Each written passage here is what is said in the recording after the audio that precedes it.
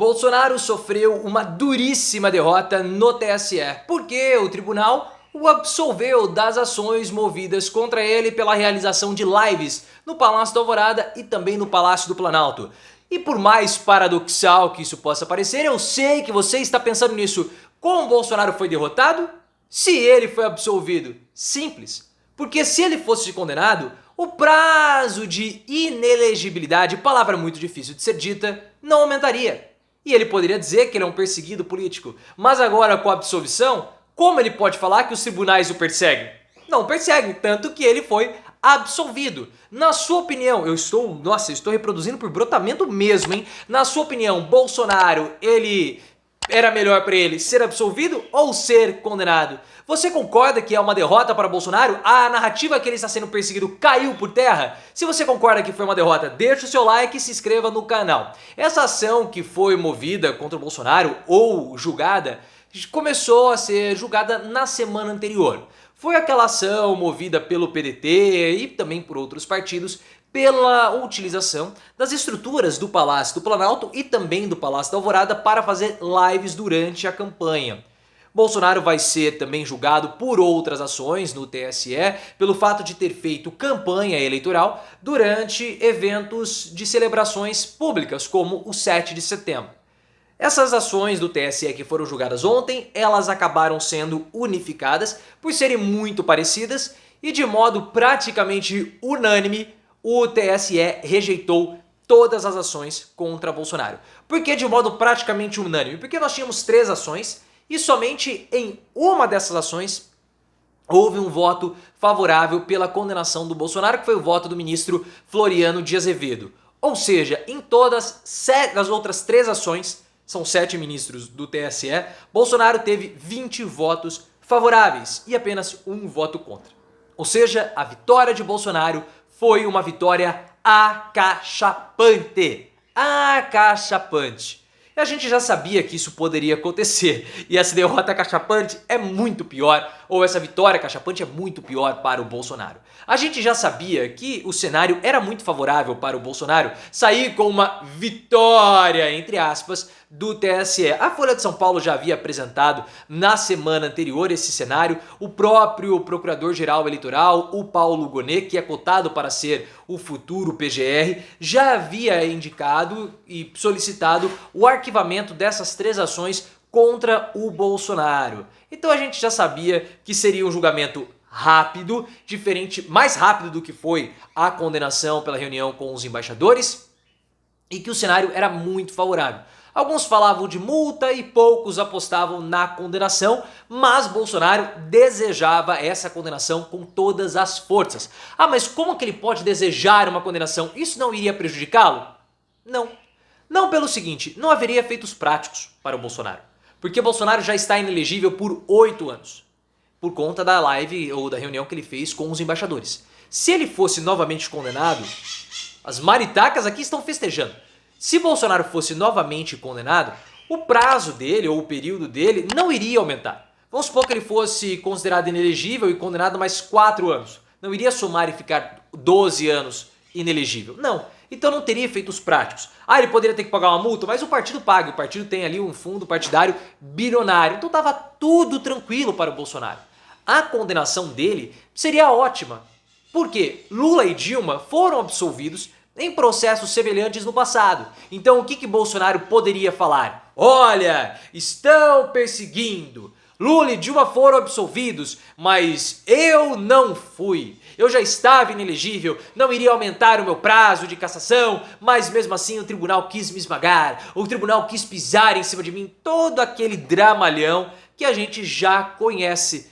Mas agora, o que ele pode falar? Nada.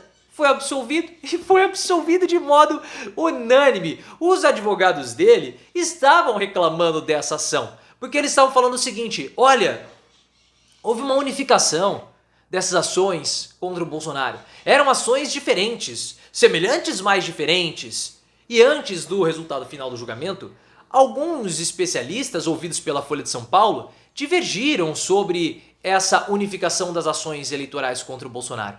Porque isso pode dificultar a defesa. Porque quando você tem tudo unificado em uma única ação, ou em um único julgamento, fica mais difícil para os advogados irem lá e acabarem defendendo o seu cliente. Mas, pelo fato de serem semelhantes, havia essa possibilidade de elas serem unificadas. Só que aí começou a reclamar que havia uma celeridade anômala do TSE, porque a gente sabe que agora, no mês de novembro, o Benedito Gonçalves, que é o corregedor-geral eleitoral, ele vai sair. E quem vai entrar no lugar dele é o Raul Araújo, ministro bolsonarista, que na ação dos embaixadores votou a favor do Bolsonaro. Então eles estavam reclamando, fazendo essas argumentações, só para dizer que o Bolsonaro ele estava sendo perseguido. Mas agora, depois do resultado, praticamente unânime, uma vitória acachapante do Bolsonaro, todas as reclamações caíram por terra, perderam as suas forças, e é por isso que eu concluo para vocês que Bolsonaro foi derrotado, mesmo sendo vitorioso.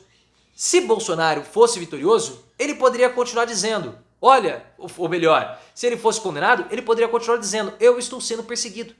Porque esse é o único argumento que Bolsonaro tem no momento.